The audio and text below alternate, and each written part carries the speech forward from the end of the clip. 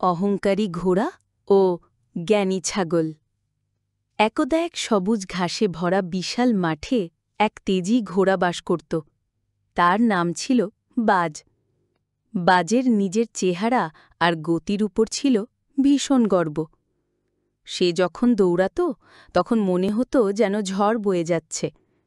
মাঠের অন্য সব পশুরা তাকে সমীহ করে চলত।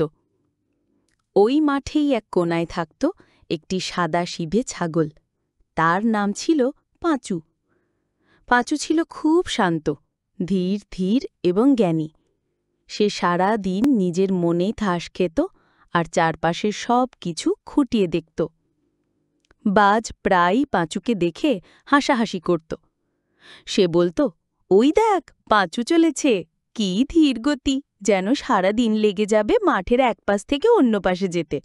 আমার দিকে তাকাও, আমি তো চোখের পলকে ওই দূরের পাহাড় ছুঁয়ে আসতে পারি। পাঁচু হাসি মুখে উত্তর দিত, বাজ ভাই, তোমার গতি অনেক বেশি, তা সত্যি, কিন্তু সবসময় শুধু গতি দিয়ে সব কাজ হয় না। বাজ এই কথা শুনে আরও জোরে হেসে উঠত আর নিজের গতি দেখিয়ে বেড়াত। একবার গ্রীষ্মকালে প্রচণ্ড খরা হল। মাঠের সব সবুজ ঘাস শুকিয়ে হলুদ হয়ে গেল। নদী নালা শুকিয়ে কাঠ। পশুদের খাবার ও জলের জন্য হাহাকার পড়ে গেল। বাজ তার গতির অহংকারে ভাবল, আমি এত দ্রুত দৌড়াতে পারি, নিশ্চয়ই আশেপাশের কোথাও না কোথাও জল খুঁজে পাব।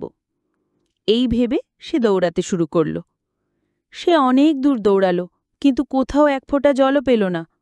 প্রচণ্ড রোদে দৌড়াতে দৌড়াতে সে ক্লান্ত ও তৃষ্ণার্ত হয়ে পড়ল। একসময় তার চলার শক্তিও রইল না। সে একটি শুকনো গাছের নিচে শুয়ে হাঁপাতে লাগল। অন্যদিকে পাঁচু হুট করে দৌড়াদৌড়ি শুরু না করে মাথা ঠান্ডা রেখে ভাবতে লাগল। সে জানত উঁচু পাহাড়ি জায়গায় এমন কিছু লতাপাতা ও ক্যাকটাস জন্মায় যার ভেতর জল সঞ্চিত থাকে। সে ধীরে ধীরে শক্তি বাঁচিয়ে উঁচু একটি পাথুরে পাহাড়ের দিকে হাঁটতে শুরু করল। তার পা ছোট হলেও পাথুরে পথে চলার জন্য বেশ উপযুক্ত ছিল। অনেক চেষ্টার পর পাঁচু পাহাড়ের উপরে পৌঁছে গেল এবং সেখানে রসালো এক ধরনের কাঁটাগাছ খুঁজে পেল। সে পেট ভরে সেই গাছের পাতা খেল এবং নিজের তৃষ্ণা মেটাল। ফেরার পথে পাঁচু দেখল বাজ গাছের নিচে মরণাপন্ন অবস্থায় পড়ে আছে। তার অহংকারী বন্ধুকে এই অবস্থায় দেখে পাঁচুর খুব মায়া হল। সে দৌড়ে গিয়ে মুখ দিয়ে ছিঁড়ে এক টুকরো রসালো পাতা নিয়ে এলো এবং বাজের মুখের কাছে রাখল। প্রথমে বাজ লজ্জায় মুখ ফিরিয়ে নিল। যে ছাগলকে সে সবসময় উপহাস করত, আজ তার থেকেই সাহায্য নিতে হবে। কিন্তু তার তৃষ্ণা এত বেশি ছিল যে অহংকার ভুলে সে পাতাটা চিবিয়ে খেল। শরীরে একটু শক্তি ফিরে পেয়ে সে অবাক হয়ে পাঁচুর দিকে তাকাল। পাঁচু শান্তভাবে বলল, বাজ ভাই, চলো, আমি জানি কোথায় আরও খাবার আর জল পাওয়া যাবে। দুর্বল বাজ কোনো কথা না বলে পাঁচুকে অনুসরণ করল।